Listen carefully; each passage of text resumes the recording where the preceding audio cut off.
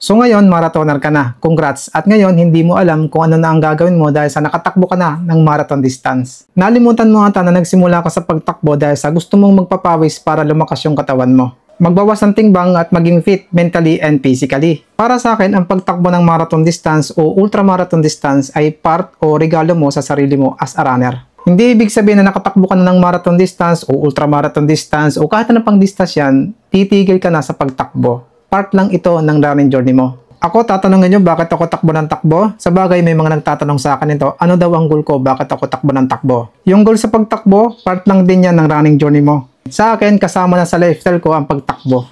Medyo stress sa trabaho at hindi ko alam kung saan ako magsisimula. Isang long run lang, bumabalik na sa maayos ang mood ko. At nakakapag-isip ako ng maayos. May problema sa pamilya, tatakbo lang ako ng easy run, okay na ako. Nagiging maayos ang takbo ng buhay, tatakbo pa rin ako. Birthday, hindi pwedeng hindi ako tatakbo. Ang running ay part na ng buhay ko. Tulad ng sinabi ko dati, hindi na ako babalik sa dating ako. Kaya ikaw, huwag kang tatama rin tumakbo kahit na nakatakbo ka na ng marathon distance o ultramarathon distance. Alam mo ang gawin mo? I-improve mo ang oras mo sa mga distance na yan. Tulad ko, wala akong sinasalihan na running event ngayon dahil sa busy talaga ako. Titigil na ba ako sa pagtakbo? Hindi, tatakbo pa rin ako. Hindi ko kinakalimutan mag-training o tumakbo para maintain pa rin ang binibigay na lakas ng pagtakbo sa aking katawan. At syempre, yung binibigay na lakas na katawan ni God sa akin. At kung halimbawa lumawag man yung schedule ko, prepared yung katawan ko, mentally and physically sa pagsali sa running event. Advice ko lang, huwag ka nang bumalik sa dating ikaw na wala kang time sa sarili mo. Mahalin mo palagi yung sarili mo. At gawin mo yung makakabuti sa'yo na wala kang inaapakang ibang tao.